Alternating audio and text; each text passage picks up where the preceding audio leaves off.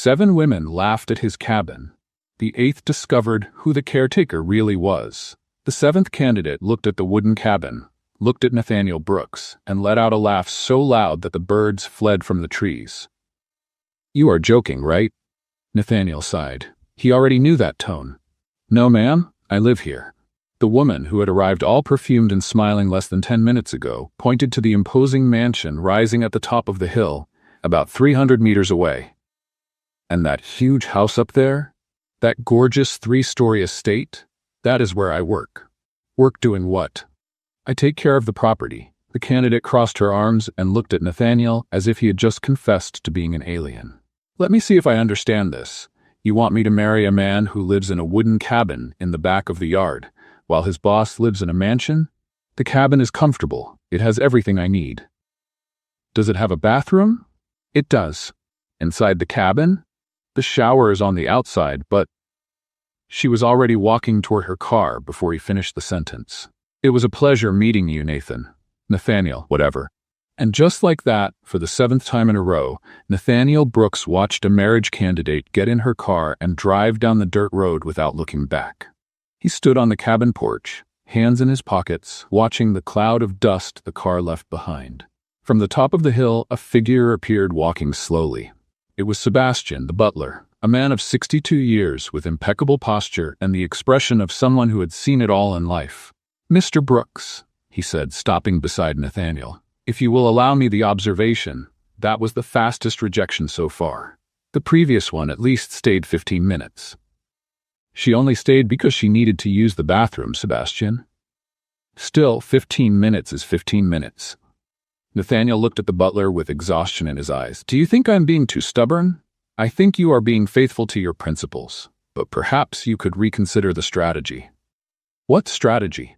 "I just want a woman who accepts me for who I am, not for what I have." Sebastian cleared his throat politely. "With all due respect, sir, what you have is quite considerable. We are talking about an 800-acre property, a mansion valued at millions, bank accounts that I prefer not to even mention, and—" "I know what I have, Sebastian.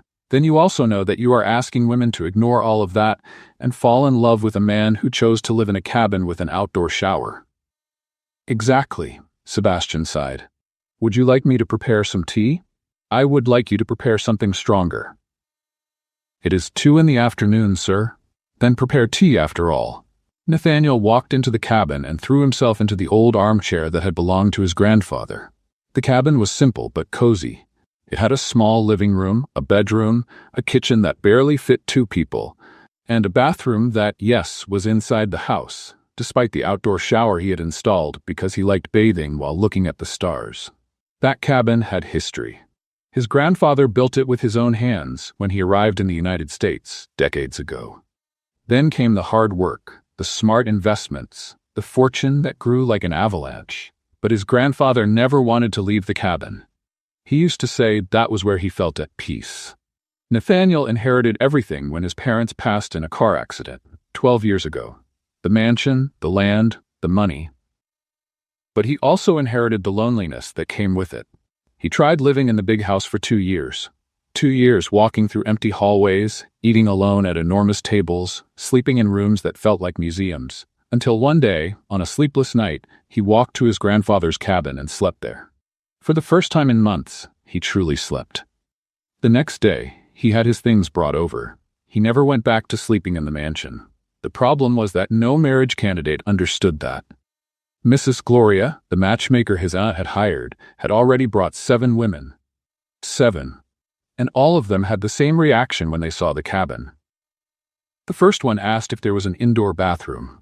When Nathaniel explained about the outdoor shower, she pretended to receive an urgent phone call and said her mother had just fallen down the stairs. Nathaniel knew it was a lie because her mother called 10 minutes later asking if her daughter had arrived yet.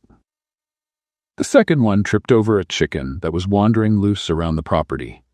She screamed so much that Nathaniel thought she had been bitten by a snake.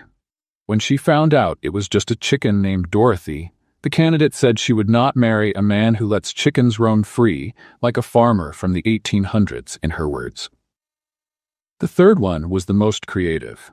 She looked at the mansion on top of the hill, looked at the cabin, and asked if Nathaniel could negotiate a little room with his boss. Maybe an attic? A renovated pantry? Anything with real walls? The fourth one said she was allergic to wood. Nathaniel did not know that was a thing, but he did not question it. The fifth one cried. She simply cried. She looked at the cabin, and the tears started rolling down. Nathaniel offered her a tissue, water, a chair. She just shook her head and left sniffling. The sixth one laughed. She burst out laughing, actually. She thought it was a prank from a television show. She spent 10 minutes looking for hidden cameras before realizing it was serious.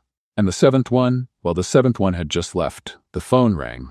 It was Mrs. Gloria. Nathaniel, dear, how did it go with Margaret? She left. Already? But she just arrived. She did not like the cabin, Mrs. Gloria. Just like all the others. Oh, dear. The matchmaker's voice was full of a sympathy that Nathaniel did not know if it was genuine or professional. Maybe if you showed the mansion first. No, just a little peek. Mrs. Gloria, if I wanted a woman interested in the mansion, I would have found one myself. There are hundreds of them at every party I attend. I hired you precisely to find someone different. Mrs. Gloria was silent for a moment. Nathaniel, you know I have been a friend of your family for 30 years. Your aunt, may God rest her soul, asked me to look after you before she passed, and I take that responsibility seriously. I know, Mrs. Gloria. Then believe me when I say I have a new candidate, and this one is different. Nathaniel rolled his eyes but said nothing. Her name is Clara Bennett, Mrs. Gloria continued. 29 years old, hard-working, well-mannered. She has been through some difficult times recently. Her family lost everything, and she is starting her life over. And why would she be different from the others? Because Clara is not looking for wealth, Nathaniel. She is running away from it. That caught his attention.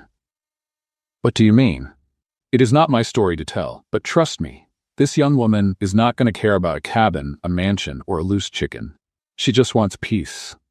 Nathaniel looked through the cabin window. The sun was beginning to set, painting the sky in shades of orange and pink.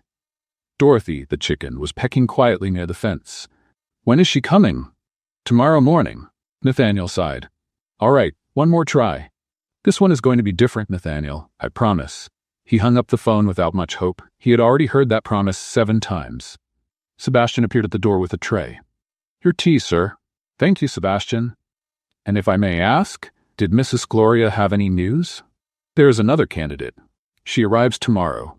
Sebastian placed the tray on the table with excessive care. Would you like me to prepare something special? Perhaps an elegant lunch? No.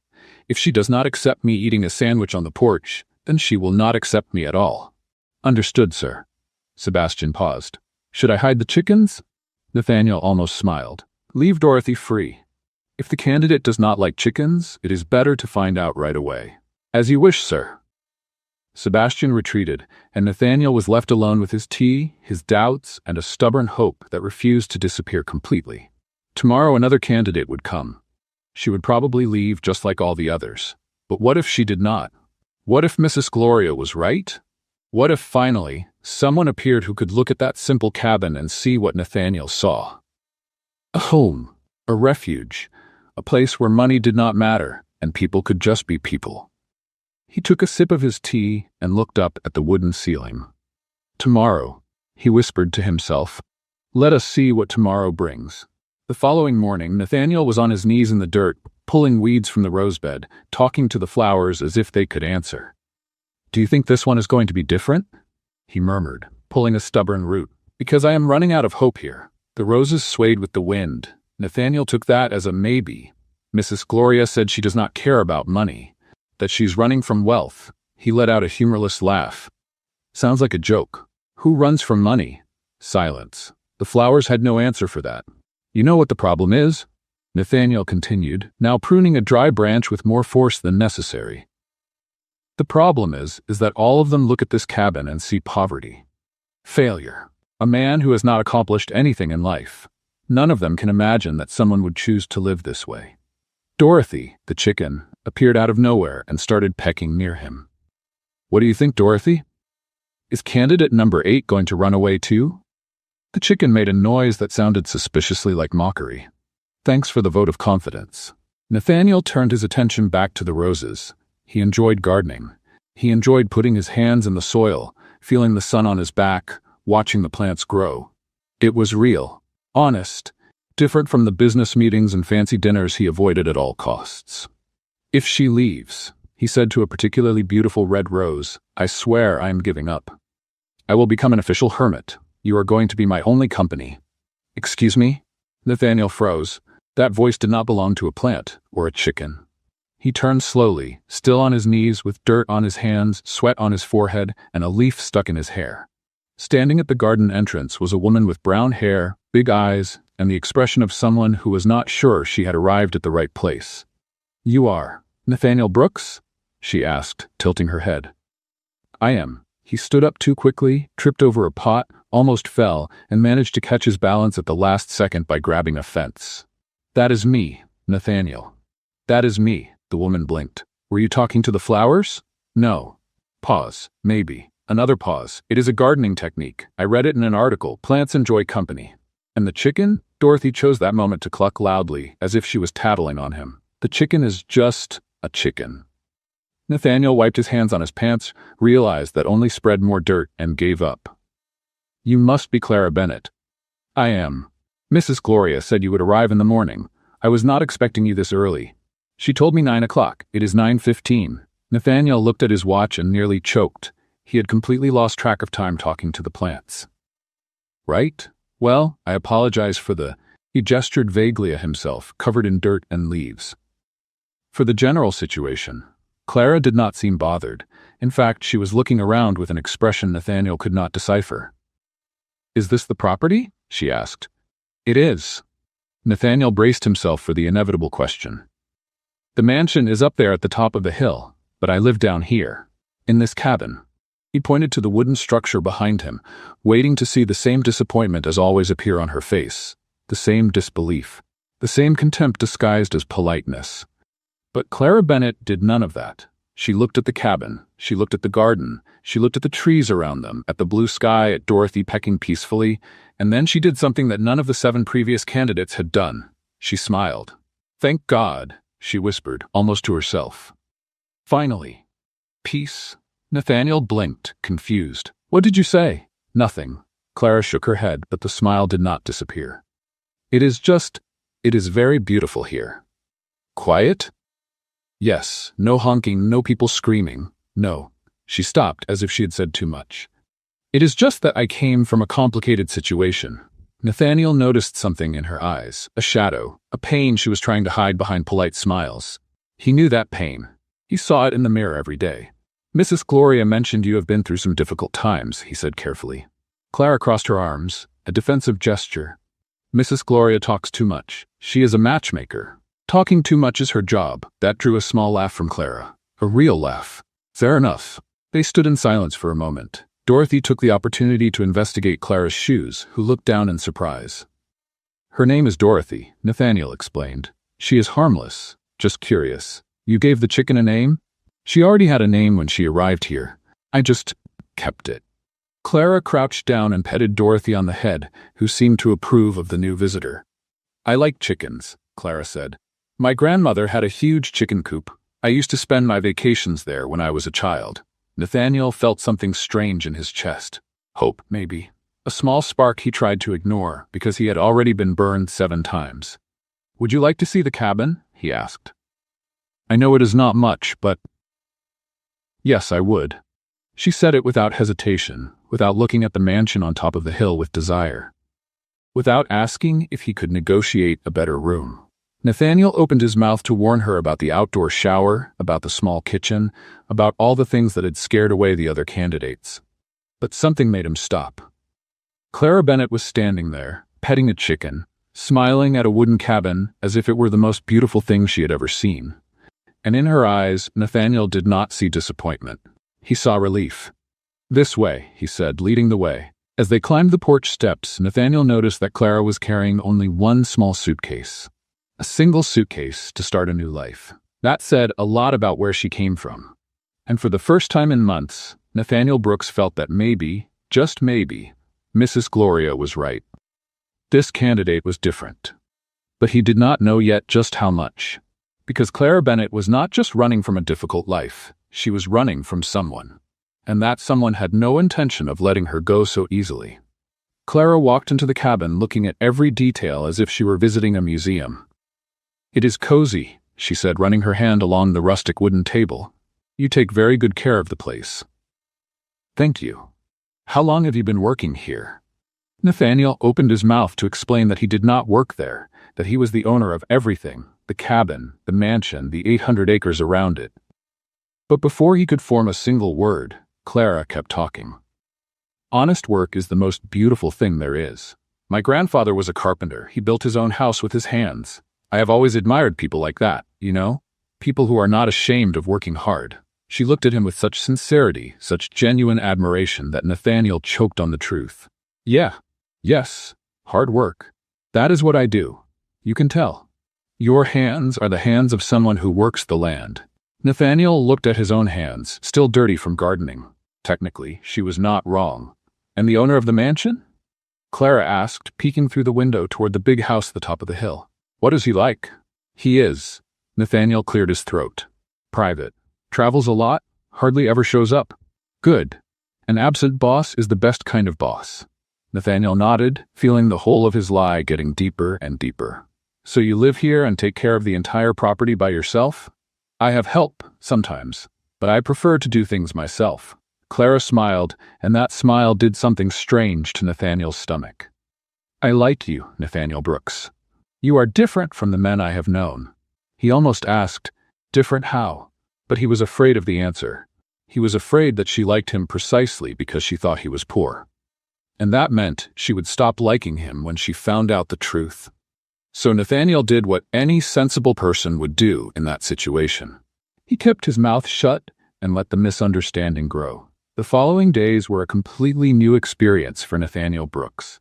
Clara Bennett settled into the cabin's guest room, a tiny space that barely fit a single bed and an old dresser. She did not complain once. In fact, she seemed genuinely happy there. And she had many opinions about how to save money. "You are wasting water," she said on the first morning, watching Nathaniel wash the dishes. "I am?" "You are. Look."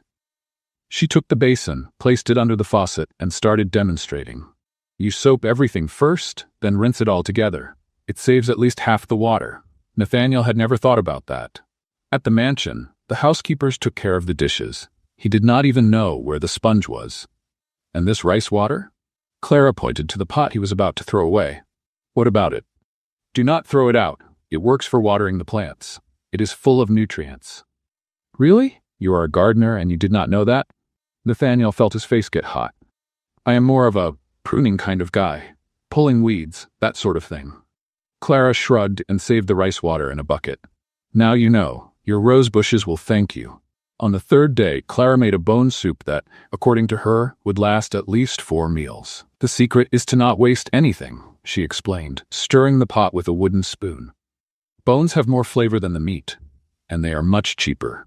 Nathaniel tasted the soup and widened his eyes.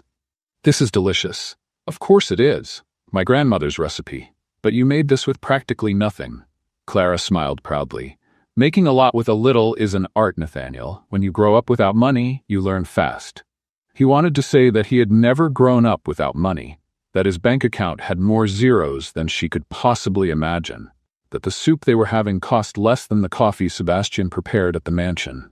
But Clara was so happy, so relaxed, that he could not bring himself to ruin the moment. "Teach me more," he said instead. And she did. On the 5th day, Clara introduced the technique of cutting a bar of soap into 8 pieces. On the 7th day, she showed him how to make homemade detergent using ash and fat. "Did you know you could do this?" she asked, excited like a child showing off a science fair project. "I had no idea," Nathaniel answered, genuinely fascinated. He was learning more about household economics in 1 week than he had learned in 34 years of life.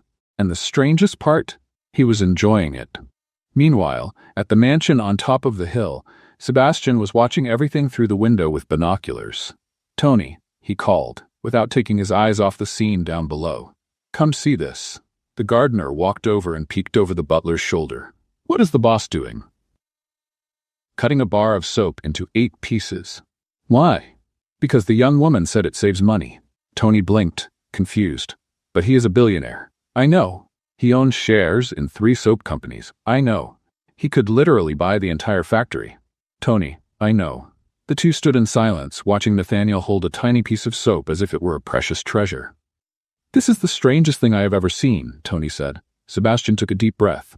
You did not see him learning to reuse rice water. He did that? With notes. He took notes, Tony. The gardener shook his head.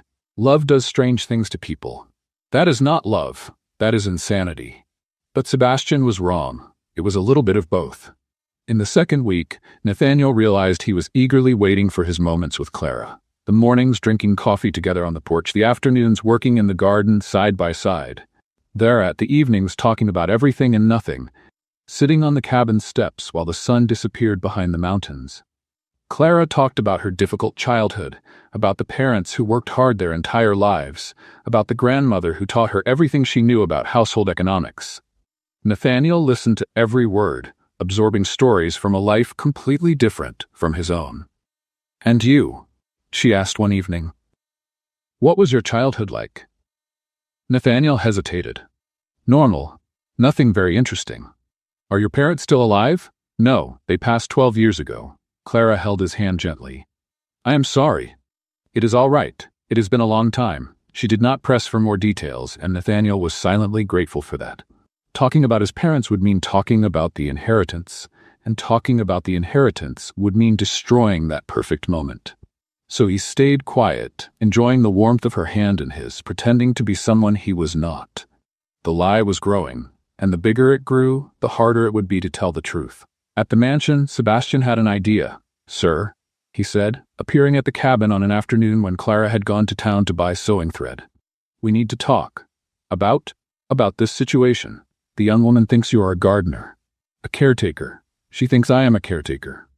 It does not matter. The point is that she does not know who you really are. Nathaniel sighed. I know, Sebastian. And what do you intend to do about it? I'm going to tell her. Eventually. When? When you are married? When you have children? When you have to explain why the gardener has a private jet? Sebastian. Sir, with all due respect, this is not going to end well. Lies always collect their price. Nathaniel knew the butler was right. Of course he knew. But every time he thought about telling the truth, he saw Clara's face smiling at him on the porch, admiring his dirty hands, saying she liked him because he was different. She liked Nathaniel the gardener. Nathaniel, who was learning to save soap. Simple Nathaniel. What if she did not like wealthy Nathaniel? Give me more time, he asked. Just a little more. Sebastian shook his head but did not insist. As you wish, sir. But I suggest you do it quickly. Secrets have the terrible habit of revealing themselves at the worst possible moments. The butler returned to the mansion, leaving Nathaniel alone with his thoughts. That night, while Clara prepared dinner humming softly, Nathaniel made a decision. He would tell her the truth at the end of the week. He would explain everything. The mansion, the money, the inheritance, the reason he lived in the cabin. If she left, at least he would have tried to be honest. But the weekend never came, because the next day, while Nathaniel and Clara were working together in the garden, a black imported car began climbing up the dirt road, leaving a cloud of dust behind. Clara looked up, saw the vehicle approaching, and turned pale. No, she whispered, her voice trembling. No, no, no. How did he find me? Nathaniel frowned. Clara, what is wrong? Who is it? She did not answer. She just stood there, paralyzed, watching the car approach as if it were her worst nightmare coming to life. And when the vehicle stopped and the door opened, Nathaniel understood that Clara Bennett's problems were much bigger than he had imagined. The black car stopped in front of the cabin, and Clara held her breath. The door opened. A man in a brown uniform stepped out holding a clipboard and a package. Delivery for Nathaniel Brooks? Clara let out her breath so fast she nearly fainted. Right here, Nathaniel said, signing the paper with hands that still trembled slightly. When the car drove away, Clara turned to him with watery eyes. Sorry, I thought it was someone else. Who? Nobody. Forget it. She went inside the cabin before Nathaniel could ask more questions. He stood in the garden, staring at the dirt road, wondering who this someone else was that left Clara so terrified. But that mystery would have to wait, because Nathaniel had a more urgent problem to solve. The employees. The next morning, Nathaniel went up to the mansion while Clara was still sleeping. Sebastian greeted him at the door with a cup of coffee and an expression of disapproval. Emergency meeting, Nathaniel said, walking in quickly. Call everyone. 5 minutes later, they were gathered in the mansion's kitchen. Sebastian, the 62-year-old butler, Tony, the 45-year-old gardener, Margaret, the 58-year-old cook, and the 3 security guards whom Nathaniel only knew by their nicknames, Big Guy, Shorty, and Silent. We have a situation, Nathaniel began, pacing back and forth. The woman who is living in the cabin with me, the future Mrs. Brooks? Margaret interrupted with a smile. She does not know that I am the owner of the property. Silence. Sebastian closed his eyes as if he were experiencing physical pain. She thinks I am the caretaker, Nathaniel continued, and she needs to keep thinking that. For now, Tony raised his hand as if he were in school. Can I ask a question? Go ahead. Why? Because I want her to like me for who I am, not for what I have. But you are what you have, Sebastian said. That does not make sense. It makes sense to me. Margaret crossed her arms. And what exactly do you want us to do? Disappear. Another silence. What do you mean, disappear? Asked Big Guy, who despite his nickname had a surprisingly high-pitched voice. Whenever she is around, nobody can be seen. Nobody can show up. If she finds out I have 6 employees, she is going to start asking questions. Sebastian took a deep breath. Sir, with all due respect, I am 62 years old. My back hurts, my knee cracks, and you are asking me to play hide and seek. I am asking you to be discreet. Discreet is not showing up at parties. What you are asking is reverse espionage. Sebastian, please. The butler looked at the ceiling as if asking for divine patience. Fine, but I'm going to formally register my objection. Registered. Anyone else have objections? Tony raised his hand again. If I have to hide, who's going to take care of the north garden? You take care of it when she is not looking. And if she is always looking, then you work at night. At night there are possums. Tony, possums are not going to hurt you. You have never been chased by an angry possum at 3 a.m. I have. It changed my life. Nathaniel rubbed his temples. Does anyone else want to share traumas with wild animals? Or can we continue? Margaret raised her hand. I am afraid of owls. Noted. Let us move on. The plan was established. Whenever Clara left the cabin to explore the property, the employees were to disappear from sight immediately. No noise. No traces, like very well-paid ghosts. The first test happened the very next day. Clara woke up feeling like exploring. She told Nathaniel she wanted to see every corner of the property, find the boundaries of the land, maybe discover a nice spot for a picnic. Nathaniel sent a text message to Sebastian. She is coming out. Activate the protocol. Sebastian replied, this is humiliating. Nathaniel ignored it. Clara walked around the property with Nathaniel by her side, pointing at the trees, admiring the flowers, asking questions about every plant she saw. Everything was going well until she decided to head toward the north garden. What is over there? She asked, pointing at the bushes. Nothing interesting, just more plants. I love plants. Let us go see. Nathaniel had no choice. He walked beside her, praying that Tony had received the warning. Tony had received it. The problem was where he chose to hide. When Clara approached the north garden, Nathaniel saw something move inside the ornamental fish pond. A head briefly surfaced above the water, looked around in panic, and dove back under. Did you see that? Clara asked, frowning. See what?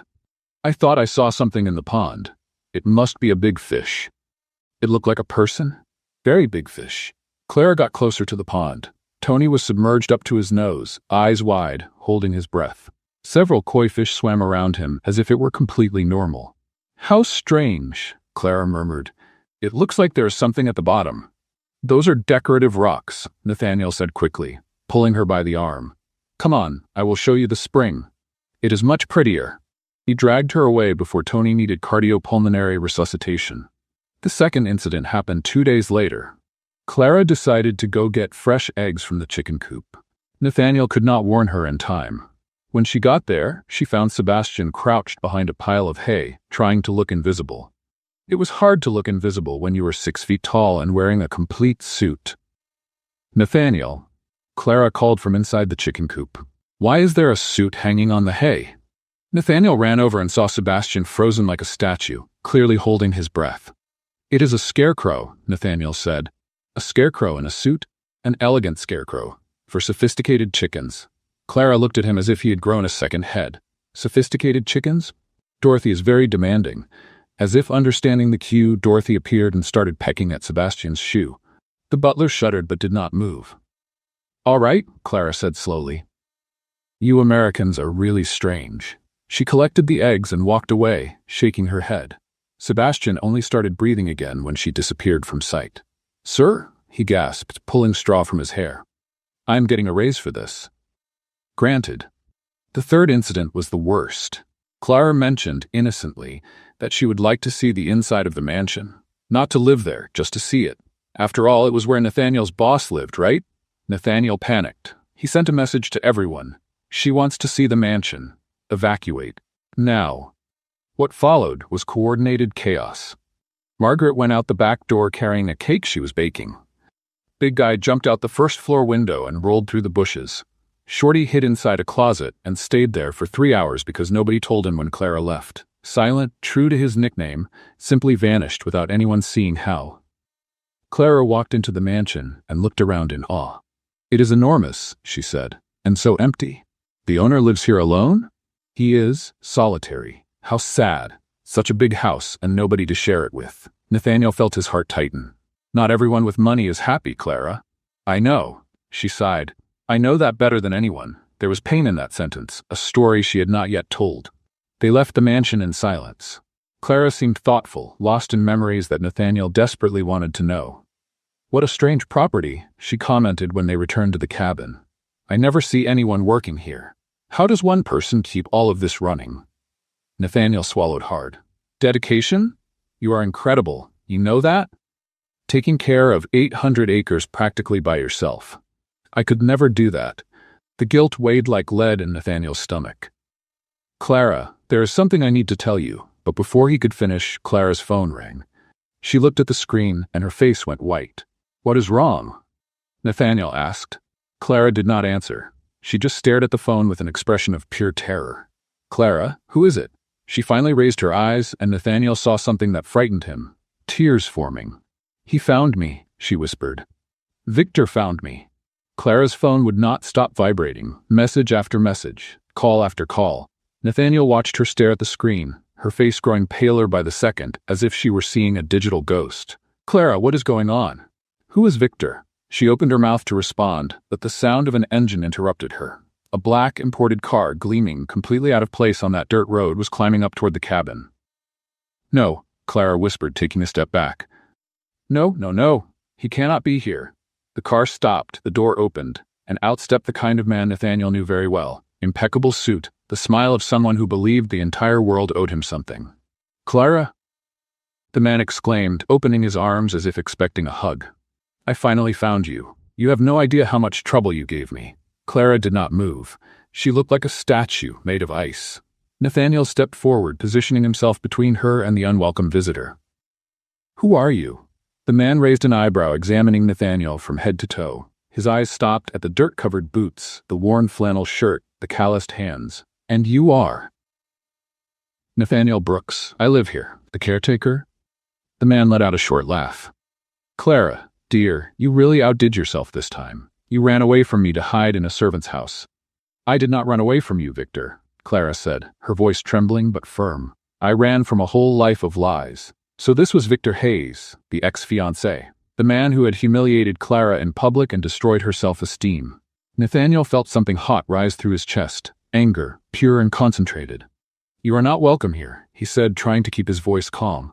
Victor did not even look at him. "Clara, let us stop this little act. You had your moment of rebellion. You hid in the middle of nowhere. You played pretend at being poor. Very entertaining. But it is over now. It is time to come home."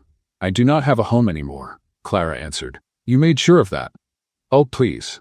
Victor rolled his eyes with soap opera-worthy drama. "Your family lost money. It happens. That is no reason to run away like a criminal. You humiliated me in front of 30 people. I was being honest. There is a difference." Nathaniel took another step forward. "She said you are not welcome. I suggest you leave." This time Victor looked at him. Really looked at him. With that kind of stare that wealthy and arrogant people reserve for those they consider inferior. "Listen here, Gardner. Caretaker. Whatever. You clearly do not understand the situation. Clara and I have history. Our families have business together. This is not a matter for—" He gestured vaguely in Nathaniel's direction. "Employees. I am not anyone's employee. Clara said, her voice gaining strength. And I have nothing left with you, Victor. Our engagement is over. You ended it yourself, remember? In front of everyone. You called my family failures. I was frustrated. You called me an investment that did not give a return. Victor had the decency to look slightly embarrassed. But only slightly. I went too far. I admit it. But that does not change the fact that your family owes me money, Clara. A lot of money. The air became heavy. What are you talking about? Nathaniel asked. Business, Victor answered with a smile that had nothing friendly about it. Her father took a considerable loan from me 2 years ago, with interest, of course. When the company went bankrupt, the debt did not disappear. It just changed hands. Clara closed her eyes. Victor, my father has already spoken with your lawyers. We are negotiating an agreement. Negotiating? Victor laughed. Clara, dear, your father has nothing to negotiate with. The house is mortgaged, the cars have been sold. The only thing of value left in your family is you. The silence that followed was ice cold. Nathaniel felt his fists clench. What do you mean by that? Victor finally gave him his attention. I mean that if Clara comes back with me, I forget the debt. Simple as that. She marries me. Her family goes free. Everyone walks away happy. That is blackmail. Nathaniel said. That is business. Victor shrugged. I do not expect a caretaker to understand. Clara was trembling. From anger, from fear, from frustration, Nathaniel could not tell. Maybe from all of it at once. I am not going to marry you, Victor. Then your family will lose everything. They have already lost everything. Not everything. There's still your grandmother's house. That little old farm in Vermont. Victor's smile was pure poison disguised as charm. It would be a shame if it went to auction, would it not? Clara took a step back as if she had been punched. You would not do that. I do not want to do it, dear, but you are not leaving me much of a choice. Nathaniel had heard enough. Get off my property, he said, his voice low and firm. Victor burst out laughing. Your property? You live in a wooden cabin in someone else's yard. This is not even yours. Yes, it is. The words came out before Nathaniel could think. Something about Victor's tone, his arrogance, the way he treated Clara like an object, made Nathaniel lose his patience. What did you say? Victor stopped laughing. Nathaniel took a deep breath. He was about to reveal everything. The mansion, the money, the truth. He was about to destroy the lie he had so carefully built. But then he looked at Clara. At her tear-filled eyes, at her trembling hands, at the expression of someone who had already been humiliated too many times, and he pulled back. It is my property because I take care of it, Nathaniel said. For years, and you are trespassing. So leave before I call the police. Victor studied his face for a long moment. Then he smiled. Fine, I will go. For now. He turned to Clara. You have 1 week to think about it, dear. 1 week. After that, my lawyers take action. He walked back to his car, started the engine, and drove down the dirt road, leaving a cloud of dust behind. The silence that remained was deafening. Clara let herself fall onto the porch steps, her face buried in her hands. Nathaniel sat beside her without knowing what to say, without knowing how to fix it. I am sorry, she whispered finally. Sorry for bringing my problems here. You did not deserve this. You do not have to apologize. I should have told you before. About Victor, about the debt, about everything. Nathaniel felt the irony tighten in his chest. Her blaming herself for hiding things when he was hiding so much more. Clara, look at me. She raised her reddened eyes. You do not owe that man anything. It does not matter what he says. It does not matter what he threatens. You are not merchandise. You are not a bargaining chip. You are a person, and nobody has the right to treat you like that. A tear rolled down her face. But my grandmother's house, we are going to figure this out. Together, I promise. Clara looked at him with an expression Nathaniel could not fully decipher. Gratitude, perhaps. Hope, and something deeper that he was afraid to name. Why are you doing this for me? She asked. You barely know me. Nathaniel swallowed hard. Because I am falling in love with you, he thought. Because you make me want to be better. Because when you look at me, you see who I really am, not what I have. But he did not say any of that, because it is the right thing to do. He answered simply. Clara smiled, a small, fragile smile, but a real one. Thank you, Nathaniel. Truly. She rested her head on his shoulder, and they sat there on the porch while the sun began to set. Nathaniel knew he had 1 week, 1 week to find a solution. 1 week to protect Clara from Victor Hayes, and 1 week to decide whether to tell the truth before she found out on her own. Because if Victor came back and discovered who Nathaniel really was, the whole situation could change drastically. For better or for much, much worse. The sun had not even risen when Nathaniel gave up pretending he was asleep. He had spent the entire night staring at the ceiling, replaying every word Victor Hayes had said in his head. The arrogance, the threats, the way he looked at Clara as if she were an object to be retrieved. And worse, the way Nathaniel had almost revealed everything in the heat of the moment. He got out of bed, put on an old pair of pants and a shirt that had seen better days, and went out to the garden. The air was cold, the sky still dark, and the silence was absolute, perfect for an existential crisis. Nathaniel knelt before the rose bushes and began pulling weeds with more force than necessary. His hands worked automatically while his mind spun in circles. "You are lucky," he murmured to the flowers. "Did you know that? You do not have to explain why you chose to grow here and not somewhere else. Nobody asks a rose why it is a rose." He pulled out a particularly stubborn root and tossed it aside. "But me? I have to explain why a billionaire chose to live in a cabin. Why an heir prefers to get his hands dirty in the soil instead of attending fancy clubs. Why I do not want any of the things everyone thinks I should want." A red rose swayed gently in the wind. "Do not look at me like that. I know I am talking to myself, but you are better listeners than most people I know." Nathaniel continued working, moving to the next flower bed. "The problem is Clara," he said to a group of yellow roses. "She is different, genuine. She looks at me and sees Nathaniel, not Brooks of the Brooks fortune. She taught me to cut a bar of soap into 8 pieces, for goodness sake. 8 pieces." He laughed without humor. "And I let her. I sat there and learned. Because when she teaches me those things, she looks at me with pride, as if I were someone special for knowing how to save on detergent. Nobody has ever looked at me like that."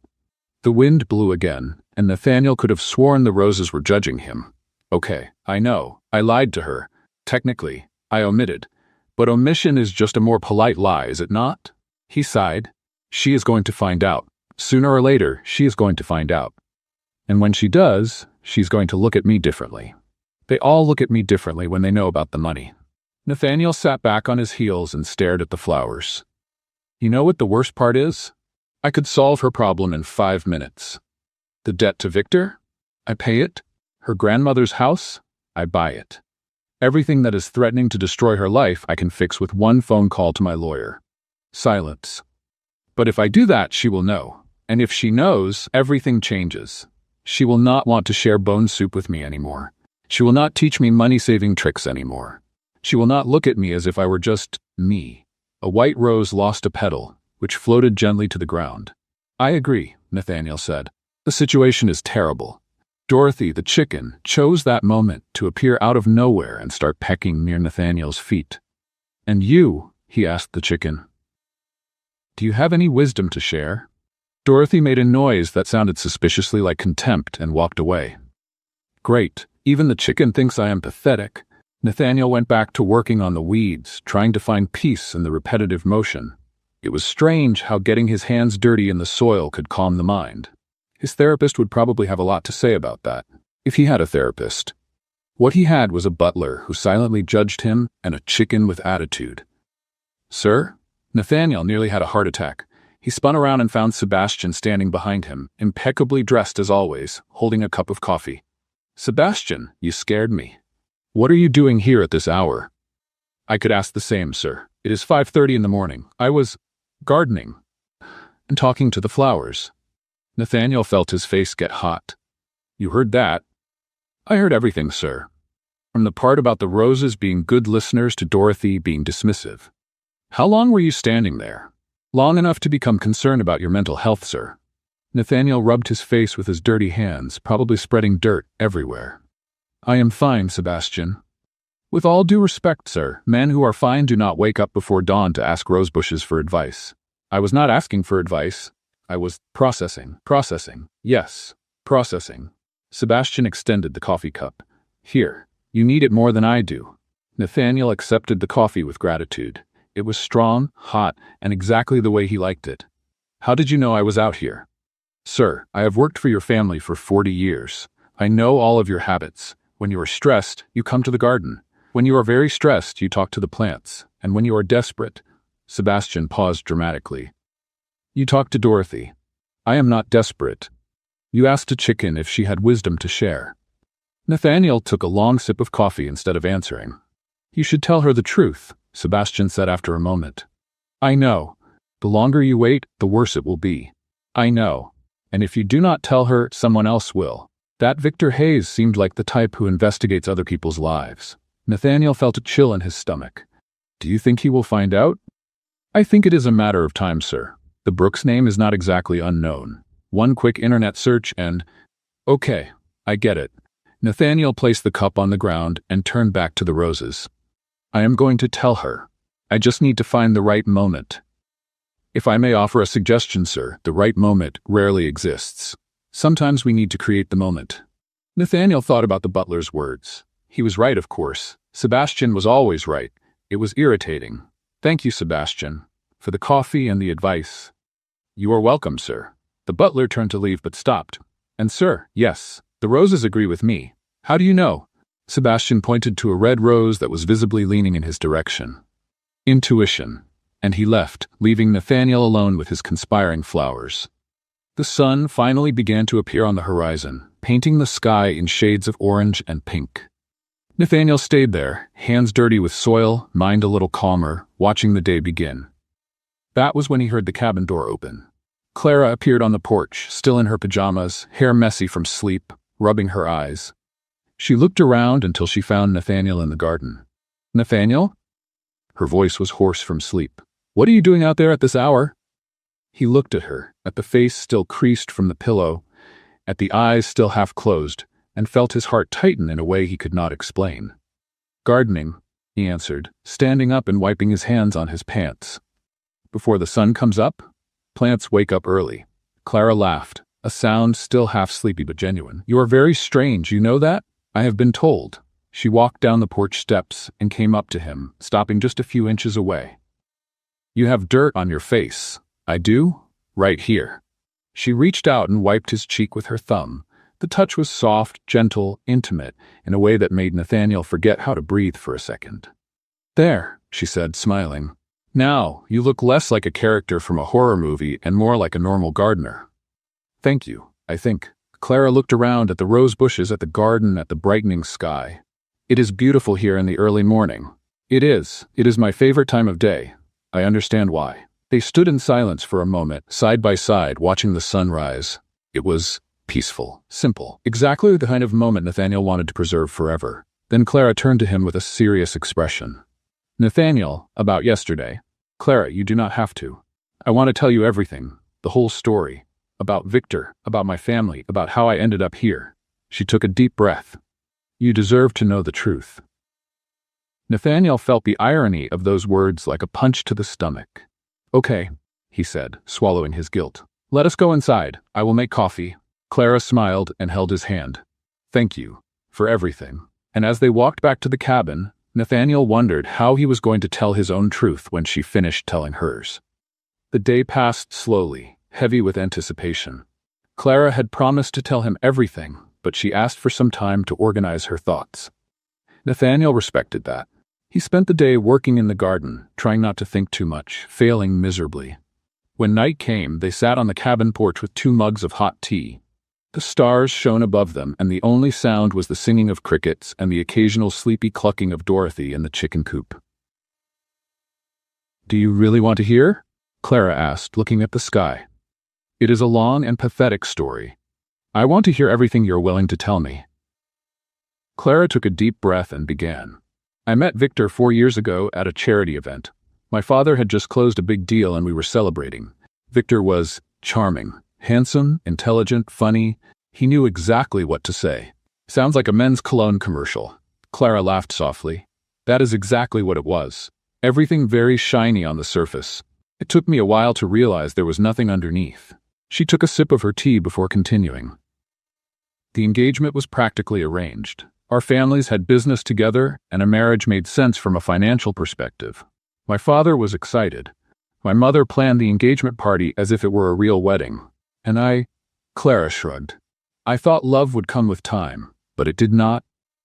What came were the humiliations, small ones at first. A comment about my dress being too simple, a joke about me not understanding fine wines, a remark about how I needed to learn how to behave at important events. Nathaniel felt the anger boiling in his chest, but stayed quiet. I tried to ignore it. I told myself he was stressed from work, that this was how wealthy people treated each other, that I needed to adapt. Her voice trembled slightly. How foolish I was. You were not foolish. You were trying to make it work. Clara shook her head. I was shrinking myself, a little more each day, until there was almost nothing left of me. She placed the mug on the ground and hugged her own knees. Then came the crisis. My father's business started to go wrong. One bad investment, then another, then a string of poor decisions. In 6 months, we lost almost everything. And Victor? Victor was furious. Not because he was worried about me or my family. He was furious because, in his words, I had become a bad deal. Nathaniel clenched his fists. A bad deal? That is what he said, in front of 30 people, at our engagement anniversary dinner. The silence that followed was heavy as lead. He stood up, tapped his glass on the table to get everyone's attention, and announced he was ending the engagement. He said he had invested 2 years in me, and that I had turned out to be a depreciated commodity. Those were his exact words. Depreciated commodity. Nathaniel felt his stomach turn. Clara? I was paralyzed. Everyone staring. Some people laughing, others pretending to be embarrassed while they recorded it on their phones. And Victor left as if he had just given a graduation speech. A tear rolled down her face, but she wiped it away quickly. Sorry, it has been a long time and it still hurts. You do not need to apologize for feeling pain. Nathaniel moved closer and held her hand. What he did was cruel, inhuman. You did not deserve any of that. Clara looked at their intertwined hands. Sometimes I still hear his voice in my head, saying I am not good enough, that my worth depends on my family's bank account, that nobody will want me if I have nothing to offer.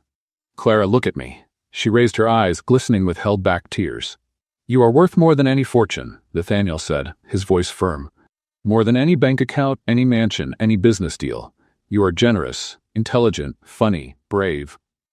You taught me to cut a bar of soap into 8 pieces, for goodness sake. That is talent. Clara laughed through her tears. You say that because you do not have a fortune. It is easy to dismiss money when you do not have any. The irony of those words hit Nathaniel like a punch to the stomach. But thank you, she continued, squeezing his hand.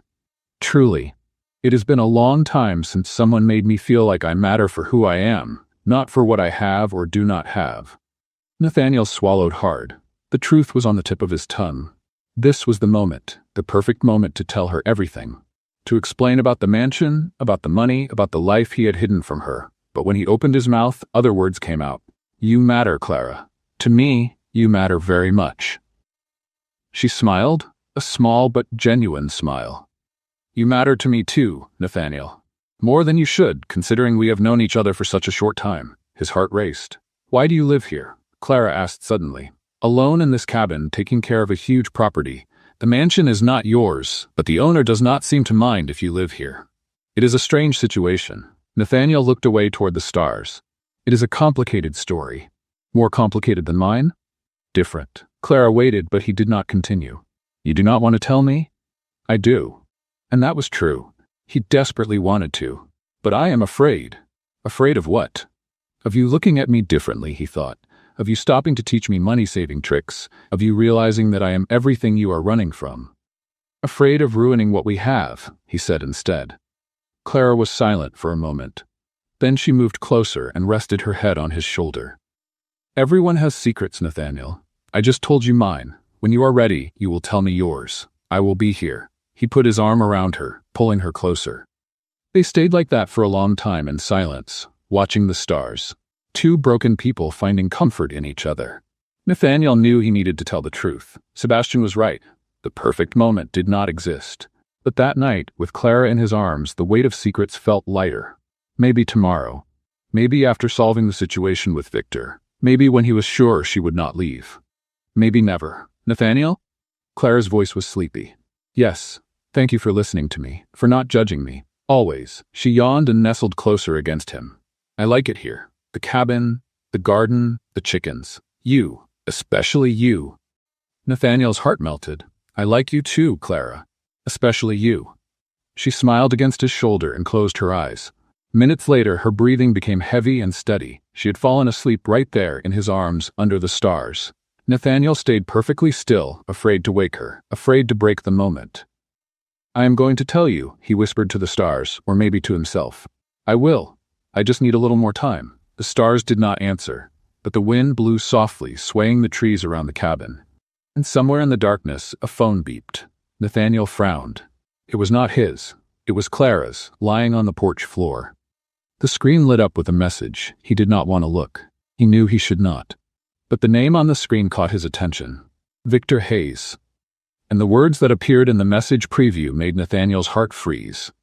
"I know who your new boyfriend is. Nathaniel Brooks. I did my research. You are not going to believe what I found out." The message glowed on the screen like a sentence. Nathaniel felt his heart stop. Clara was still sleeping in his arms, her breathing light and peaceful, completely unaware of the disaster that was about to happen. He looked at the phone, looked at Clara, looked at the phone again. His fingers moved before his brain could stop them. He opened the message and pressed delete. The guilt came instantly, heavy as concrete. He had just erased a message from her phone, without permission, without consent, like a digital criminal destroying evidence. "What am I doing?" he whispered to himself. Clara stirred in his arms. Nothing. Go back to sleep." She murmured something incomprehensible and nestled closer against him. Nathaniel sat there, motionless, holding her phone as if it were a grenade about to explode. What had Victor discovered? How much did he know? And more importantly, how long before he tried again? He needed to tell the truth. Now, before Victor did it for him. But Clara was sleeping so peacefully, and it had been such an emotional night, and he was a complete coward. Tomorrow, he promised the stars, "I will tell her tomorrow." Tomorrow became the day after tomorrow, which became one more day, which became an entire week of Nathaniel waking up with the firm resolution to tell the truth and going to bed having failed miserably. The worst part was that Victor did not send any more messages. No calls. No black car climbing the dirt road. The silence was even more frightening than the threats. Nathaniel was living in a state of constant alert, waiting for the moment when everything would come crashing down. "Sir, are you all right?" Sebastian asked one morning, finding Nathaniel hiding behind a tree, watching the road. "I am fine. Why?" "Because you are hugging a tree at 7 in the morning." "I am not hugging it. I am strategically leaning." Sebastian frowned. "Against what?" "Against the possibility of hostile black cars." The butler sighed deeply. "You still have not told her, have you?" "I'm going to." "When?" "Soon." "Soon as in tomorrow or soon as in never?" "Sebastian, you are being very judgmental for someone who hid in a chicken coop wearing a suit last week. That was professional sacrifice. This is emotional cowardice." Nathaniel had no way to argue. The days passed, and Nathaniel started to notice something strange. Clara was working too much. Not in the garden or the cabin. She had started doing sewing work for the neighbors in the area. Early in the morning, he would find her bent over fabrics. In the afternoon, she would walk into town to deliver orders. At night, she would keep sewing under the lamplight until her eyes turned red. "Clara, you need to rest," he said one night, watching her fight against sleep while finishing a hem. "Just a little more. You are working too much." "I like working. Nobody likes working that much." Clara just smiled mysteriously and went back to her sewing. Nathaniel was intrigued. She had refused money when he offered to help with expenses. She said she needed to do her part, contribute somehow. But that frantic pace seemed different. It seemed to have a specific purpose. "Sebastian," Nathaniel called the next day, finding the butler in the mansion's kitchen. "Do you know why Clara is working so hard? Perhaps because she is a responsible person who does not want to live off of charity?" "It is not that. There is something more. She is hiding something." Sebastian poured a cup of tea with irritating calmness. "Just as you are hiding something from her? That is different." "Is it?" "Sebastian, I am being serious."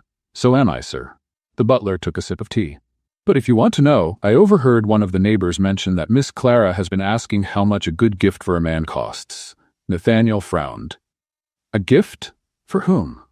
Sebastian stared at him with an expression that clearly said, "Are you slow or are you pretending? Your birthday is in 3 days." Oh no. Nathaniel had completely forgotten his own birthday. Years of extravagant parties organized by assistants had conditioned him to ignore the date. But Clara remembered, who barely had money for her own necessities, was working herself to exhaustion to buy him a gift. "I need to stop this," Nathaniel said. "She cannot spend money on me." "And how do you plan to do that without revealing that you know?" "Good question." Nathaniel tried to be subtle. "Clara, did you know that gifts are completely unnecessary in relationships?" She looked up from her sewing. "What?" "Yes, I read it in an article. Gifts create materialistic expectations. The real gift is companionship." What a strange article. Very reputable, from a university. Clara went back to sewing. Interesting. It did not work. Nathaniel tried again. "My birthday is overrated as a celebration. Everyone says that. But I truly feel it, in my soul." "Sure, Nathaniel, that did not work either." On his birthday, Nathaniel woke up with Clara sitting on the edge of the bed, holding a box wrapped in newspaper. "Happy birthday," she said, her eyes shining with anticipation. "Clara, you did not have to." "I know I did not have to. I wanted to." She held out the box. "It is not much. Actually, it is very little. But I worked an entire month to be able to buy it." Nathaniel took the box with slightly trembling hands. The newspaper was carefully folded, decorated with a ribbon that had clearly been reused from somewhere else. He opened it slowly. Inside, nestled in cotton, was a watch. Simple, silver, the kind you find in any department store for less than $50. And at the same time, the most valuable thing Nathaniel had ever received in his entire life. "I know it is nothing special," Clara said quickly, misreading his silence. "Your old watch was scratched and I thought, Clara, if you do not like it, I can exchange it. The woman at the store said she accepts returns within 30 days. Clara, I wish I could have bought a better one, but the sewing does not pay that well and—" "Clara." She stopped talking. Nathaniel raised his eyes, and Clara saw they were full of tears. "It is perfect," he whispered. "It is absolutely perfect." The guilt was crushing him from the inside. He had a safe in the mansion full of watches that cost small fortunes. He had inherited entire collections from his grandfather and his father. He had pieces that collectors would beg to buy. And there was Clara, who had worked herself to exhaustion for weeks, sacrificing sleep and comfort to give him a simple $50 watch, because she thought he was poor, because she thought that gift would mean something to someone who had nothing. And the horrible truth was that it did. It meant more than any expensive watch he had ever received, because it came from real sacrifice, from real love, from a real lie that he needed to undo. "Clara." Nathaniel set the watch aside and held her hands. "I need to tell you something." Her smile wavered. "What? About me? About who I really am? About—" The sound of an engine interrupted. They both turned to the window at the same time. A black car was climbing the dirt road, and Nathaniel knew with absolute certainty that time had run out. The black car stopped in front of the cabin, but this time it was not alone. 2 other vehicles came right behind it, equally polished. Out of the door stepped Victor Hayes, 2 men in suits carrying leather briefcases, and a third man with the face of someone who had never smiled in his life. "Clara." Victor opened his arms as if arriving at a party. "Surprise!" Clara shrank behind Nathaniel. "What are you doing here?" "I came to settle our situation once and for all." Victor gestured to the men in suits. "I brought my lawyers and the private detective I hired." Nathaniel felt his stomach sink. "Private detective?" "Oh, yes." Victor smiled, and that smile had nothing friendly about it. "You did not think I would let my ex-fiancée run off with some random gardener without investigating, did you?" The lawyers positioned themselves on either side of Victor like bureaucratic bodyguards. The detective stayed behind, with a folder under his arm and an expression of professional boredom. "Victor, please," Clara said, her voice trembling. "Just leave. We have nothing to discuss. I agree we have nothing to discuss, but we have a lot to settle." He pulled a piece of paper from his pocket and waved it in the air. "Court order. You are illegally occupying private property." Nathaniel blinked. "What?" "That is right. Trespassing. My lawyers checked the records. This land belongs to a company called Brooks Holdings, and neither of you has any documented authorization to be here." Clara looked at Nathaniel with confusion. "Nathaniel, what is he talking about?" He did not tell you?" Victor pretended surprise. "Oh, this is even better than I imagined.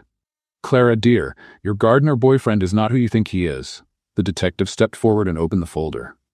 "Nathaniel James Brooks, 34 years old, sole heir to the Brooks fortune, legal owner of all this land including the mansion and the cabin, estimated net worth of—" Enough, Nathaniel raised his hand.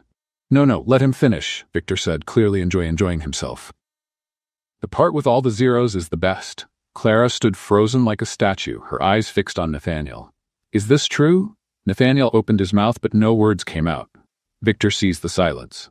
Of course it is true. Your boyfriend is a billionaire, Clara. A billionaire, and there you were teaching him how to save on soap. He burst out laughing. That is simply priceless. Be quiet, Victor, Nathaniel said, his voice dangerously low. Or what? You are going to throw me out. By what authority? Oh wait, you do have authority.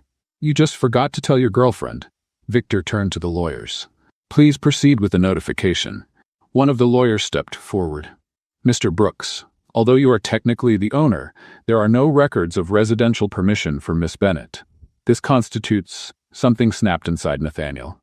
He had spent weeks hiding, weeks lying, weeks letting fear control every decision. And now Victor Hayes was standing there in front of his home with lawyers and detectives trying to humiliate the woman he loved.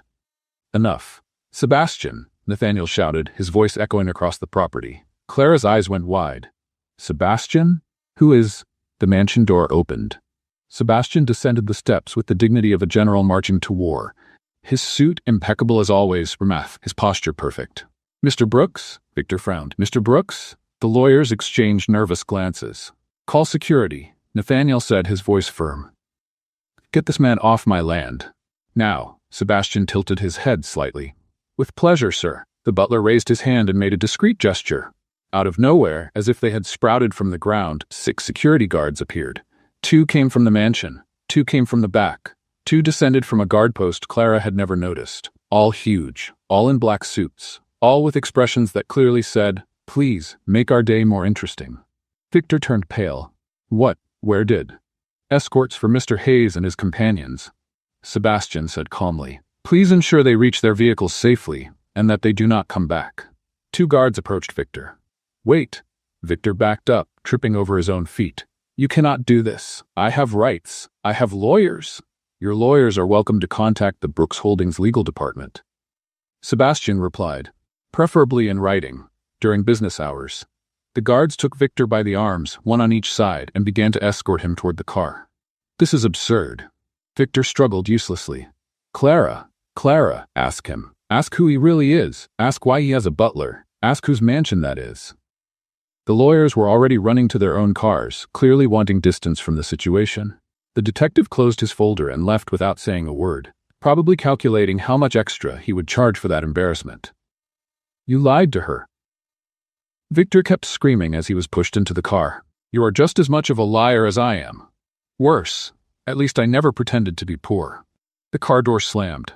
The engine started, and within seconds, Victor Hayes and his entourage were heading down the dirt road, leaving only a cloud of dust behind. The silence that followed was deafening. Sebastian cleared his throat discreetly.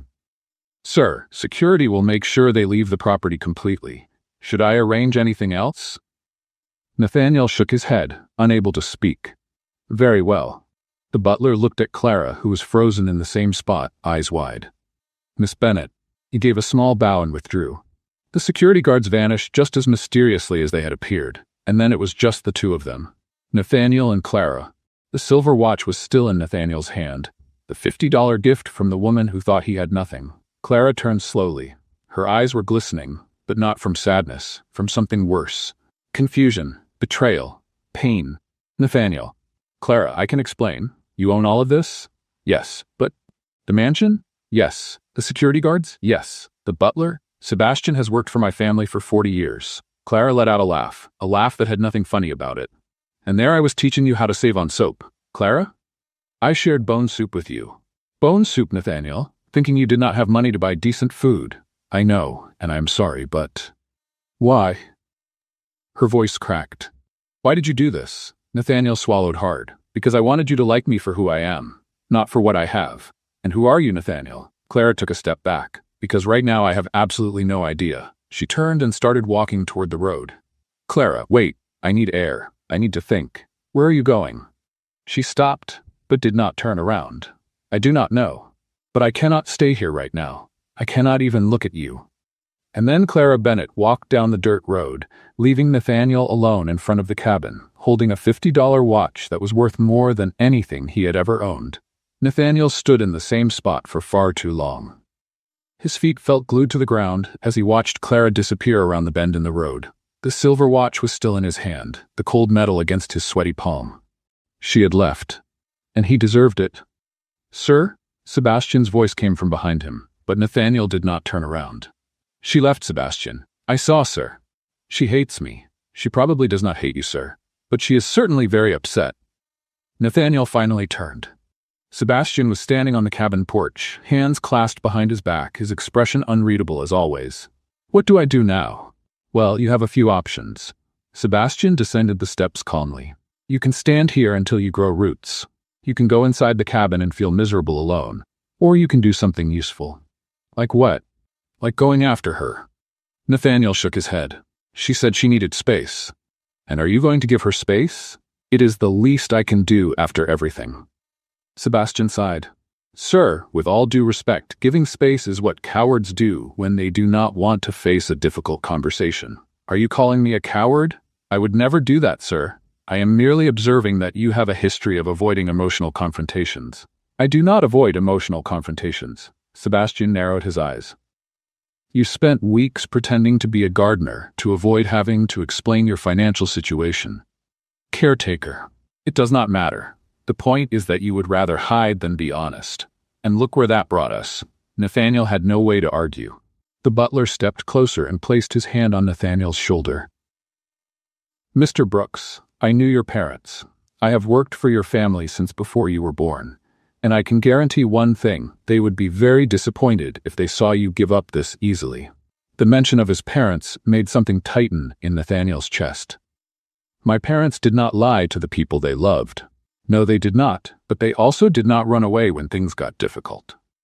Sebastian paused. "Your father won your mother over even after spilling red wine on her dress on their first date. If he had given up at that moment, you would not exist." Nathaniel let out a weak laugh. "I never knew that story." "There are many things you do not know, sir, but it is not too late to learn." The sun was beginning to set, painting the sky in shades of orange. Nathaniel looked at the empty road, then at the mansion on top of the hill, then at the cabin behind him. "I stayed in this cabin because I could not live in the big house," he said quietly. "After my parents passed, every room in that mansion reminded me of them. It was suffocating." "I know, sir. But down here, in the middle of the garden, near the plants my grandfather planted, I could breathe. I could just be Nathaniel, not the Brooks heir." Sebastian nodded. "And that is why you wanted Miss Bennett to know that version first." "Exactly." Nathaniel looked at the silver watch in his hand. "But I went too far. Hiding the truth out of fear is not the same thing as showing who I really am." "A sharp observation, sir. It only took one complete disaster for you to reach it." "Thank you for the emotional support, Sebastian. Always at your service." Nathaniel put the watch in his pocket and walked toward the garden. He needed to think, and thinking, for him, always worked better with his hands in the soil. He knelt before the sunflowers his grandfather had planted decades ago. The enormous flowers swayed gently in the wind, as if they were waving at him. "I ruined everything," he murmured. The sunflowers did not answer. Of course not. They were flowers. But somehow, being there helped. "At least you do not judge me," he said, pulling a weed absent-mindedly. "You just grow wherever they plant you." The wind blew harder, and Nathaniel could have sworn the sunflowers swayed in agreement. He stood up, wiping his hands on his pants. Enough hiding. Enough being afraid. Enough letting things happen instead of making them happen. He went back to where Sebastian was waiting patiently. Where did she go? Miss Bennett? Sebastian discreetly checked his phone. Tony saw her walking toward town. She probably went to Mrs. Gloria's house. Mrs. Gloria. Of course, it was obvious. Clara did not know anyone else in the area. The matchmaker was her only connection there. "Sir, may I suggest something?" "What?" "Perhaps it would be better to wait until tomorrow. Give the young lady time to process the information. Showing up now might seem like desperation." "It is desperation, Sebastian." "Yes, but she does not need to know that immediately." Nathaniel thought for a moment. Sebastian was right. Showing up chasing after Clara now, when she had just discovered the truth, would probably only make things worse. Fine. Tomorrow. He took a deep breath. But first thing in the morning, I will not be able to wait longer than that." "Understandable, sir." Nathaniel turned to go inside the cabin but stopped. "Sebastian?" "Yes, sir?" "Thank you. For everything. For putting up with me all these years." The butler smiled, a rare expression that softened his normally serious features. "It is a pleasure, Mr. Brooks, even when you make things unnecessarily complicated." Nathaniel went inside the cabin and closed the door. The place felt empty without Clara. Her sewing was still tossed in the corner. The mug she used was still in the sink. Her scent still lingered in the air. He sat on the bed and took the watch out of his pocket. $50. Weeks of work. All the effort of a woman who thought she was giving a gift to someone who had nothing. And he had watches at the mansion that cost the equivalent of entire houses. "I am going to fix this," he said to the empty room. "I promise." That night, Nathaniel did not sleep. He lay in the dark, rehearsing what he would say to Clara, discarding each version for being inadequate. When the first ray of sunlight appeared on the horizon, he was already on his feet, dressed and ready to go. He opened the cabin door and nearly tripped. Sitting on the porch steps with deep dark circles under her eyes and an exhausted expression was Clara. "We need to talk," she said. Clara was sitting on the steps with her knees pulled against her chest. Nathaniel stood frozen at the door, unsure if he was dreaming or if she had really come back. "Clara?" "I spent the night at Mrs. Gloria's house," she said without looking at him. "I could not sleep. I kept pacing back and forth until she gave me a tea to calm me down." Nathaniel came down the steps slowly and sat beside her, keeping a respectful distance. "You came back?" "I did." "Why?" Clara finally looked at him. Her eyes were red, but not from sadness, from something more complicated. "Because Mrs. Gloria asked me a question I could not answer." "What question?" "She asked if you had treated me badly, if you had humiliated me, if you had done anything to hurt me on purpose." Nathaniel swallowed hard. "And what did you say?" "Nothing, because the answer was no." Clara sighed. "You lied to me, Nathaniel. That is true, but you did not treat me badly. You did not humiliate me. You did not make me feel inferior. I would never do that." "I know, and that is the part that confuses me." The sun was rising behind the mountains, tinting the sky in pink and gold. Dorothy came out of the chicken coop and started pecking near them, completely unaware of the human drama unfolding. Mrs. Gloria said something else. Clara continued. "She said that a billionaire who learns to make bone soup to stay close to a woman is not lying. He is desperate to be loved for who he is." Nathaniel felt his eyes burn. "She is right. I know she is. That is why I came back." Clara turned to face him completely. "But I need to understand, Nathaniel. I need to understand why you did this, the complete truth. No more omissions." He nodded and took a deep breath. "My parents passed when I was 22 years old." Clara stayed silent. "I inherited everything. The mansion, the companies, the money, everything. And suddenly, I was the young single billionaire everyone wanted to meet." Nathaniel let out a bitter laugh. "You have no idea how many women appeared out of nowhere wanting to comfort me. I can imagine quite a few. Dozens, hundreds maybe. And all of them looked at me the same way, as if I were a prize, a trophy, a bank account with legs." Dorothy passed between them, clucking softly. "I tried living in the mansion," Nathaniel continued. "For 2 years, I tried. But every room reminded me of my parents. Every hallway echoed with memories. And the people who visited only wanted to know about the size of the pool and the value of the paintings." "So you moved to the cabin." "My grandfather built this cabin when he arrived in the United States. He started with nothing. He worked his entire life. He made a fortune, but he never forgot where he came from." Nathaniel looked at the wooden structure behind him. "When I came to live here, I was finally able to breathe. I could just be Nathaniel." Clara processed the information in silence. "And the candidates Mrs. Gloria brought?" 7 women. All of them ran when they saw the cabin. None of them wanted to know why I lived here. None of them asked about me, about my story. They just saw the simple house and left. Until I arrived." "Until you arrived." Nathaniel turned to her. "And you looked at this cabin and said, 'Thank God, finally peace.'" Nobody had ever reacted like that. Nobody. Clara smiled slightly. "I was running from a mansion full of empty appearances. Seeing a simple and honest home was like finding water in the desert. And when you thought I was the caretaker, gardener, whatever, when you thought that, I saw an opportunity. A chance to be known for who I am, not for what I have." He lowered his eyes. I should have told you the truth. I know, but with each passing day, it became harder. Because you looked at me with admiration for knowing how to save soap, and nobody had ever admired me for something so simple. Clara was quiet for a long moment. Dorothy came back and settled at her feet as if she were participating in the conversation. You taught me to cut a bar of soap into 8 pieces, Nathaniel said, to make bone soup, to reuse rice water, and every lesson was the best part of my day, because you were sharing something real with me, something that had nothing to do with money. I thought I was helping you save money. And you were. You were teaching me that the most valuable things in life cost nothing. Clara let out a laugh that was half a cry. That was very cheesy, Nathaniel. I know, but it is true. She wiped a tear that escaped. I spent the whole night thinking about Victor, who saw me as an investment, thinking about all the people who abandoned me when my family lost money, thinking about how the world works. And what did you conclude? Clara looked at him with intensity. I concluded that you are the first man who made me feel valuable without trying to buy me. You listened to me, you respected me, you learned to make bone soup just to spend time with me. She shook her head. What billionaire does that? A very lonely billionaire. A very special billionaire. Nathaniel's heart raced. So, do you forgive me? Clara stood up and extended her hand to him. I fell in love with the man who takes care of plants before dawn. With the man who talks to sunflowers and gives a name to a chicken. With the man who lives in a cabin because mansions are too empty. Nathaniel took her hand and stood up. And the billionaire? The billionaire is going to have to learn to cut soap for the rest of his life. Because I am not going to stop teaching. He laughed, and it was a laugh of pure relief. I accept those terms. Clara moved closer and rested her forehead against his. But if you hide anything else from me, I swear I will leave and take Dorothy with me. Understood. Complete transparency from now on.